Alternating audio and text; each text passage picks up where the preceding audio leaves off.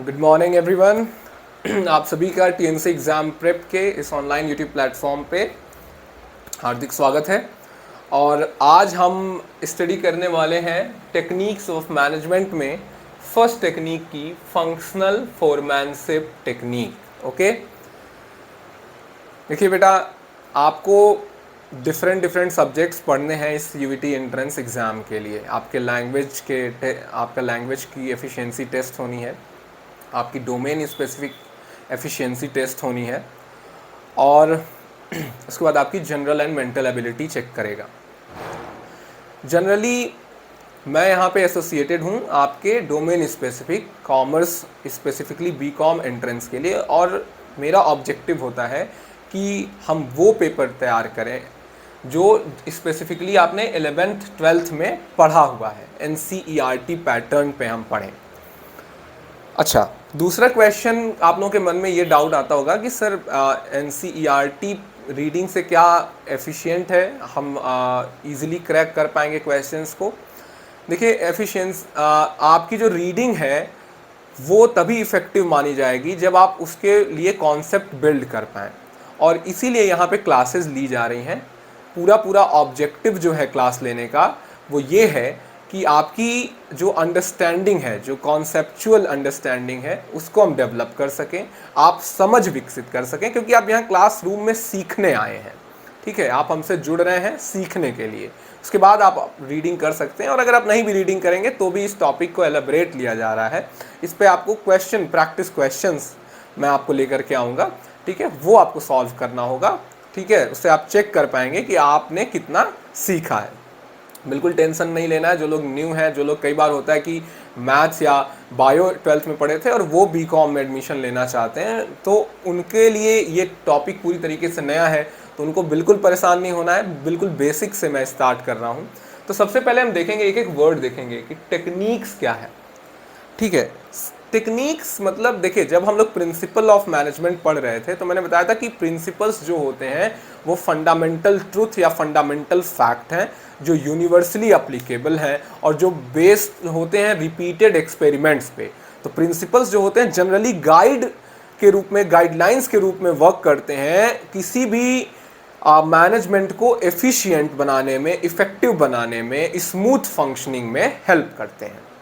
Ultimately किसी भी organisation का जो ऑब्जेक्टिव है, वो जो टारगेट वो सेट करती है, वो अचीव कर पाए, टाइमली अचीव कर पाए, कॉस्ट इफेक्टिव मैनर में अचीव कर पाए, और वो ग्रोथ कर पाए, इसमें हेल्प करता है वो प्रिंसिपल ऑफ मैनेजमेंट। क्योंकि वो प्रिंसिपल इस्टेब्लिश्ड या दिए गए हैं, प्रोपाउंड किए गए हैं एक्सपर्टाइज पीपल्स के द्वारा। टेक्निक्स क्या है? टेक्निक्स जो है जनरली, आप देखिए, बहुत ध्यान से सुनिएगा, टेक्निक्स क्या है? टेक्निक्स का मतलब होता है जो प्रिंसिपल्स आप फॉलो करना चाहते हैं, उसके लिए आप जो मेथड ग्राउंड लेवल पे आप अप्लाई करेंगे, जिससे वो प्रिंसिपल एग्जीक्यूट हो, जिससे वो प्रिंसिपल फॉलो हो, जो टूल्स आप अप्लाई करेंगे उन प्रिंसिपल को प्रॉपरली फॉलो करने के लिए, उन्हें हम बोलते हैं टेक्निक्स ऑफ मैनेजमेंट। यानी कौन कौन सी विधियां आप अपनाएंगे ताकि वो principle of management truly in sense में क्या हो, फॉलो हो। अब हम लोग बात करेंगे फर्स्ट टेक्निक की, that is the functional foremanship technique. अब यहां पे देखो बेटा, नाम से पता चल रहा फंक्शनल फोरमैनशिप। ठीक है, फंक्शनल फोरमैनशिप टेक्निक जब, अच्छा एक चीज और मैं आपको बताऊं, क्वेश्चंस जो होंगे वो हमेशा कंपैरेटिव हो सकते हैं। कंपैरेटिव का मतलब होता है कि जब आप टॉपिक्स को पढ़ रहे हो तो आप दूसरे टॉपिक से लिंक करना जरूर सीखें। जैसे अगर आपने एफ.डब्ल्यू. टेलर को पढ़ा और हेनरी फ्योल के प्रिंसिपल को पढ़ा, तो कौन कौन से ऐसे प्रिंसिपल हैं जो एक दूसरे से, या कौन सी ऐसी टेक्निक है जो हेनरी फ्योल के प्रिंसिपल से या फिर एफ.डब्ल्यू. टेलर के ही प्रिंसिपल से मैच कर रही है, और कौन सी ऐसी टेक्निक है जो कंट्राडिक्ट करती है। जैसे अब इस फंक्शनल फोरमैनशिप टेक्निक की मैं बात करूं तो ये जो डिवीजन ऑफ वर्क है ये इससे मैच करती है, क्योंकि डिवीजन ऑफ वर्क बोलता है कि कार्य को छोटे छोटे भाग में विभाजित करिए, और यहां पे भी यही काम कर रहा है। यहां पे फंक्शनल फोरमैनशिप टेक्निक भी टोटल वर्क को वो 2 पार्ट्स में डिवाइड कर रहा है, यानी डिवीजन ऑफ वर्क कर रहा है।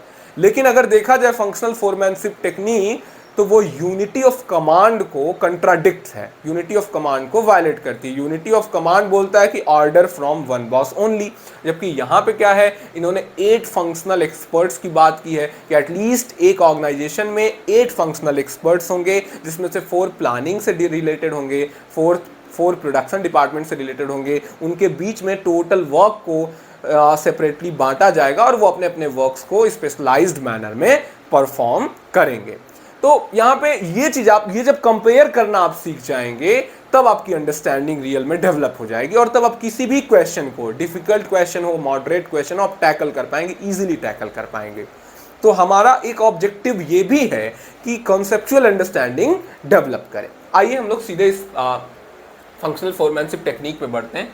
फंक्शनल फोरमैनशिप टेक्निक बोलता है कि separation of planning from doing, यानी प्लानिंग अलग है और डूइंग यानी प्रोडक्शन टोटली अलग है। तो इन दोनों डिपार्टमेंट को पूरी तरीके, इन दोनों वर्क्स को पूरी तरीके से सेपरेट करिए। सेपरेट करने का मतलब ये है कि जो पर्सन इंगेज्ड है प्लानिंग से, लाइक टॉप लेवल मैनेजमेंट, उनको एग्जीक्यूशन में रिस्पॉन्सिबिलिटी मत दीजिए, परफॉर्मेंस ऑफ जॉब की रिस्पॉन्सिबिलिटी मत दीजिए, उनको प्लानिंग से ही एसोसिएटेड रखिए। जो लोग एग्जीक्यूशन से रिलेटेड है, जो लोग प्रोडक्शन में है, उनको उनका काम होना चाहिए कि completion of work on time, completion of work on effective manner, efficient manner, ठीक है। उनको फॉलो करना है उस प्रिंसिपल्स को, उस प्लान को, उस स्ट्रेटजी को, उस टारगेट को जो सेट किया गया है प्लानिंग डिपार्टमेंट के द्वारा। तो यहां पे उनको ओवरलैप मत कराइए कि वो प्लानिंग में भी एसोसिएटेड हो और वो प्रोडक्शन में भी एसोसिएटेड हो। तो इन्होंने कहा कि सबसे पहले सेपरेट कर दीजिए, टोटली सेपरेट कर दीजिए। अच्छा, सेपरेशन का मतलब यहाँ पे कोऑर्डिनेशन होना चाहिए उन लोगों के बीच में, लेकिन जो जॉब रिस्पॉन्सिबिलिटी दी जा रही है वो या तो प्लानिंग से रिलेटेड हो और या तो प्रोडक्शन से रिलेटेड हो। डिपेंड करता है कि वो पर्सन किस लेवल ऑफ मैनेजमेंट में आता है और वो उसका एक्सपर्टाइज किस में है। फिर उन्होंने क्या कहा कि अब इसके बाद जब आप डिवाइड करेंगे तो 2 डिपार्टमेंट बनेंगे, प्लानिंग डिपार्टमेंट और प्रोडक्शन डिपार्टमेंट। अच्छा, डिवीजन ऑफ वर्क या स्पेशलाइजेशन, इससे क्या होगा, इससे स्पेशलाइजेशन आएगा और आप अपने टारगेट को क्या है इजीली अचीव कर पाएंगे, ठीक है। तो उन्होंने बोला कि 2 डिपार्टमेंट में बांट दो। प्लानिंग डिपार्टमेंट का हेड होगा प्लानिंग इंचार्ज एंड प्रोडक्शन में प्रोडक्शन इंचार्ज। इन्होंने बताया कि इनके यानी हर एक डिपार्टमेंट में, हर एक इंचार्ज के अंदर एटलीस्ट 4 फंक्शनल एक्सपर्ट तो होने ही चाहिए और उन्होंने उसको एक टेक्निकल नेम प्रोवाइड किया। तो उन्होंने प्लानिंग इंचार्ज में जो root clerk, instruction card clerk, time and cost clerk, disciplinarian, ये आप जो देख रहे हैं ये एक पोस्ट का नेम है, एक पर्सन है जो इस पोस्ट पे रहेगा और वो अपने जॉब रिस्पॉन्सिबिलिटी को मैनेज करेगा, ठीक। प्रोडक्शन डिपार्टमेंट में भी ऐसे gang boss, speed boss, repair boss and inspector, ये सब टेक्निकल नेम्स है। इनका क्या जॉब रिस्पॉन्सिबिलिटी है वो हम समझेंगे, लेकिन सबसे पहले देखिए यहाँ पे ये भी वर्कर्स को मैनेज कर रहा है, स्पीड बॉस भी वर्कर्स को मैनेज कर रहा है, डिसिप्लिनेरियन भी वर्कर्स को मैनेज कर रहा है। यानी ये जो वर्कर्स हैं ऑर्डर कहां से प्राप्त कर रहे हैं, डिफरेंट यानी number of more than 1 people, more than 1 boss. तो अब जब आप मोर देन 1 बॉस से प्राप्त करें तो डेफिनेटली फंक्शनल फोरमैनशिप कंट्राडिक्ट है किसका, यूनिटी ऑफ कमांड का, ठीक, क्योंकि यूनिटी ऑफ कमांड बोलता है कि ऑर्डर फ्रॉम 1 बॉस ओनली। अच्छा, अब यहां पे आते हैं हम लोग मेन चीज पे। देखिए ये जो है ये फंक्शनल एक्सपर्ट है। फंक्शनल एक्सपर्ट का मतलब है कि पर्टिकुलर काम में इनको एक्सपर्टाइज मिली हुई है, ये स्पेशलाइज्ड पर्सन होते हैं। तो अब किसकी क्या जॉब रिस्पॉन्सिबिलिटी हम लोग यहां देखेंगे। तो फंक्शनल एक्सपर्ट्स यानी जो 4 प्लानिंग के अंतर्गत आते हैं उसमें पहला है रूट क्लर्क। अब देखिए रूट क्लर्क का क्या काम है, रूट नाम से ही पता चल रहा, रास्ता दिखाना, रास्ता डायरेक्ट करना, ठीक है, गाइड करना। तो रूट क्लर्क क्या करेगा, गाइड नहीं करेगा, रूट क्लर्क जो है स्टेप फिक्स करता है, स्टेप डिसाइड करता है कि कौन सा फंक्शंस किस स्टेप में, किस सीक्वेंस में आपको परफॉर्म करना है। ये काम किसका होता है, प्लानिंग डिपार्टमेंट से जुड़े हुए रूट क्लर्क का, ठीक है। कौन सा काम पहले होगा, कौन सा काम बाद में होगा, किस तरीके से होगा, ये कौन करेगा, रूट क्लर्क करेगा। अब बात करते हैं इंस्ट्रक्शन कार्ड क्लर्क की, ICC मैंने शॉर्ट में लिखा है, आप इंस्ट्रक्शन कार्ड क्लर्क लिखिए। इंस्ट्रक्शन कार्ड क्लर्क का जो रिस्पॉन्सिबिलिटी है वो है कि वो जो काम हो रहा है या जो प्लानिंग से रिलेटेड जब जो भी सीक्वेंस स्टेप किए गए, अगर मैनेजमेंट को या वर्कर को कोई इंपॉर्टेंट नेसेसरी इंफॉर्मेशन है, ऑब्जर्व करने के बाद उसको लगता है कि ये इंफॉर्मेशन वैल्यू ऐड करेगी, ठीक है, तो वो इंफॉर्मेशन स्पेसिफाइड मैनर में उनको प्रोवाइड करना, ठीक है, उनको गाइड करना ताकि वो पर्टिकुलर जो सीक्वेंस है वो प्रॉपरली फॉलो होता रहे। तो ये आईसीसी का काम है, इंस्ट्रक्शन कार्ड क्लर्क का काम है इंस्ट्रक्शन प्रोवाइड करना, गाइडेंस प्रोवाइड करना, जनरली ऑब्जर्व करके, ताकि वो जो डायरेक्शन इन्होंने सेट किया है वो राइटली फॉलो होता रहे, ठीक है, बीच में डिस्ट्रैक्ट ना हो अपने रूट से। फिर होता है टाइम एंड कॉस्ट क्लर्क। पहले तो ये कॉस्ट सीट प्रिपेयर करता है।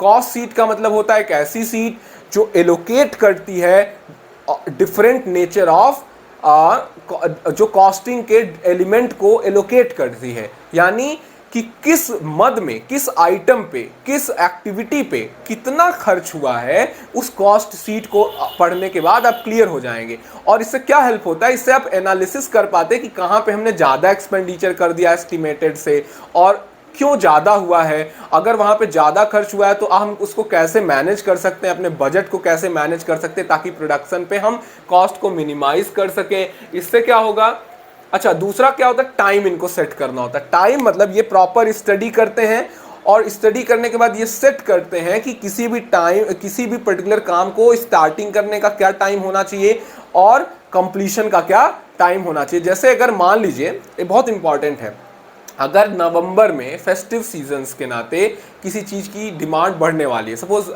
लाइटिंग की डिमांड बढ़ने वाली है क्योंकि दीपावली अक्टूबर नवंबर में सेलिब्रेट हम करते हैं, तो अब ये कंपनी जो है लाइटिंग के डिफरेंट प्रोडक्ट्स बनाती है ब्राइटन करने के लिए। तो अब इनको क्या करना है, इनको जो अपना प्रोडक्शन का टारगेट है वो कब से स्टार्ट करें ताकि जो रिक्वायर्ड टारगेट है वो कब अचीव कर लें, बिफोर, क्योंकि जुलाई सितंबर से ही डिमांड स्टार्ट हो जाएगी मार्केट में, 1 मंथ 2 मंथ्स बिफोर। तो जुलाई तक इनके पास ठीक ठाक प्रोडक्शन हो ताकि वो सप्लाई कर पाएँ, वो एक्सपोर्ट कर पाएँ। इसके लिए एस्टिमेट सेट करना, किस समय काम स्टार्ट हो जाना चाहिए, कब तक उनको वो अचीव कर लेना, ये डिसाइड करते हैं, प्लान करते हैं, ठीक है, ये क्या करते हैं, प्लान करते हैं।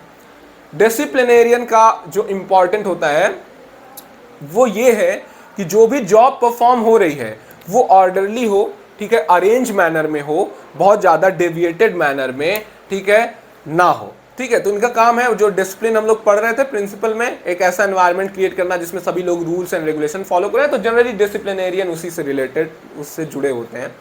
फिर जो है आपके प्रोडक्शन से रिलेटेड 4 एक्सपर्टाइज पर्सन है, gang boss, speed boss, repair boss and inspector. सबके नेम से आपको कहीं ना कहीं थोड़ा थोड़ा अंदाजा लग रहा होगा कि इनका क्या मतलब है। फिर भी मैं आपको बताता चलूं, यहाँ पे मैं GANG लिख दूं, गैंग बॉस। गैंग का मतलब होता है एक ऐसा पर्सन, जैसे आपको प्रोडक्शन से रिलेटेड जो भी रिसोर्सेज लगेंगे, रॉ मटेरियल्स लगेंगे, लेबर्स लगेंगे, जो भी मशीन्स लगेंगे, जो भी टूल्स लगेंगे, इक्विपमेंट्स आपके लिए अप्लाई होंगे, ठीक है, उनको समय पे अरेंज करना, समय पे ऑर्डर देना ताकि वो हमारे पास हमेशा स्टोर में मौजूद रहें, उनको इशू कराना, जिसको जितना जरूरत है वहां तक पहुंचाना, ठीक है, ये काम किसका है, गैंग बॉस का काम है। रिसोर्सेज को क्या करना, गैदर करना, रिसोर्सेज को अरेंज करना, ठीक है। स्पीड बॉस का क्या काम है, completion of job on time. ये फिक्स करते हैं, ये स्टैंडर्ड फिक्स करते हैं टाइम एंड कॉस्ट वाले कि कब शुरू होना चाहिए, कब कंप्लीट होना चाहिए। लेकिन एक्चुअली ग्राउंड लेवल पे तो ये डिपार्टमेंट परफॉर्म कर रहा है, तो यहाँ पे इनकी रिस्पॉन्सिबिलिटी आ जाती है कि जॉब टाइमली क्या हो जाए, कंप्लीट हो जाए। उसके लिए नेसेसरी स्टेप्स लेना, टाइमली उनको टारगेट को अचीव करते जाना, अगर डेविएट हो रहे हैं तो कंट्रोलिंग को सुधारना ताकि हम उस स्टैंडर्ड टारगेट के अकॉर्डिंग हम, अगर बहुत ज़्यादा डेविएशन है तो प्लानिंग डिपार्टमेंट को इन्फॉर्म करना कि सर इस स्ट्रेटजी में कुछ दिक्कत है या वो प्लानिंग एक्चुअल ग्राउंड लेवल पे इन दिक्कतों के नाते परफॉर्म नहीं हो पा रहा, तो इन प्रॉब्लम्स को के लिए आपको अपनी स्ट्रेटजी में थोड़ा सा क्या करना होगा, चेंजेस रिक्वायर्ड हैं ताकि वो दोबारा रीप्लान करके इसको अप्लाई कर सकें, ठीक है, समझ में आ रहा है। तो कंप्लीशन से रिलेटेड है स्पीड बॉस। उसके बाद फिर होते हैं repair boss and inspector. Repair boss का काम ये है, जैसे मान लीजिए एक बहुत बड़ा सपोज टेक्निकल इंस्टीट्यूट है, अब यहाँ पे क्या है, यहाँ पे 500 कंप्यूटर्स मान लीजिए हैं जो हम टेक्निकल एजुकेशन प्रोवाइड करते हैं, तो सब लोगों को इंफॉर्मेशन एंड कम्युनिकेशन टेक्नोलॉजी में कंप्यूटर्स का रोल बहुत इंपॉर्टेंट है, तो कंप्यूटर पे सभी बच्चे आके पढ़ते हैं। अब क्या है, 500 मान लीजिए कंप्यूटर्स हैं हमारे पास, 1000 कंप्यूटर्स हैं हमारे पास, तो हमारे पास एक एक्सपर्ट पर्सन हमेशा होना चाहिए जिसमें अगर कहीं पे भी कोई दिक्कत आ जा रही है तो उसको वो तुरंत बना सके, ताकि पढ़ाई ना उसके नाते रुके, वो एजुकेशन जो चल रहा है उसके नाते वो किसी बच्चे की बात देना। ठीक इसी तरीके से एक इंडस्ट्री में प्रोडक्शन मशीन के खराब हो जाने के नाते ना हो, इसको तुरंत जल्दी से जल्दी रिपेयर किया जा सके। इवन रिपेयर करने से पहले रोज एक बार उसको चेक किया जा सके कि कहीं पे कोई दिक्कत आने के चांसेस ना हो, ताकि प्रोडक्शन किसी भी तरीके से प्रोडक्शन के प्रोसेस में कोई ऑब्स्टेकल ना आने पाए। ये काम होता है रिपेयर बॉस का, वर्किंग कंडीशन में मशीन एंड टूल्स को रखना हमेशा। और इंस्पेक्टर का क्या काम है? इंस्पेक्टर का काम ये है, देखिए आप टाइमली अचीव तो करेंगे टारगेट, लेकिन क्वालिटी से कॉम्प्रोमाइज नहीं होना चाहिए। तो ये हमेशा चेक रखता है किस पे? ऑन क्वालिटी कंट्रोल, कि जो हम प्रोडक्ट प्रोड्यूस कर रहे हैं, क्योंकि क्वालिटी जो है गुड्स की वो ही गुडविल क्रिएट करता है मार्केट में, वही फर्म की रेपुटेशन, वही ट्रस्ट जनरेट करता है। तो अगर क्वालिटी डिटोरिएटेड होगी तो जैसे देखिए नेस्ले मैगी बहुत सारे लोगों ने खाना छोड़ दिया था बीच में, क्यों? क्योंकि जो ट्रस्ट था मैगी पे, वहां बीच में कुछ न्यूज आ गई, ठीक है, वो न्यूज ये थी कि उसमें लेड कंपोनेंट ज्यादा है। तो बाद में मैगी ने क्या किया, नेस्ले ने क्या किया, उसको वापस लिया, उस प्रोडक्ट को, बहुत सारे ढेर सारे प्रोडक्ट को उसने वापस लिया। स्टार्टिंग में इनिशियली तो वो मना कर रहा था, लेकिन बाद में उसने वापस लिया, और फिर से मैगी, एक बार फिर से मैगी का आप देखेंगे बूम पे आ गया। अब लोग बड़े आराम से, ठीक है, समझदार लोगों को छोड़ दिया जाए तो बाकी लोग बड़े आराम से उसको नूडल्स के रूप में यूज कर रहे हैं। तो मैं बता रहा हूं क्यों, क्योंकि क्वालिटी कंट्रोल अगर डिटोरिएटेड होगी तो मार्केट में आपकी रेपुटेशन खराब होगी, और ओवरऑल इसका इम्पैक्ट सीधे सीधे पड़ता है आपके सेलिंग पे और आपके टोटल टारगेट अचीव करने पे।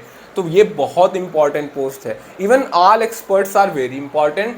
सो आज हम लोगों ने पहला टेक्निक पढ़ लिया, फंक्शनल फोरमैनशिप टेक्निक। यहाँ से क्वेश्चंस कैसे, सबसे पीछे सबसे आसान जो तरीका है उनका सीधा सीधा क्वेश्चन उनको पूछना होगा। तो वो पूछेंगे कि जैसे उन्होंने दे दिया, एक सपोज एक उन्होंने दे दिया repair boss is related to, 4 option आपके सामने दे देंगे, ठीक है। अच्छा, उन्होंने दिया functional foremanship contradicted which principle और which technique, it matches with which principle, ठीक है।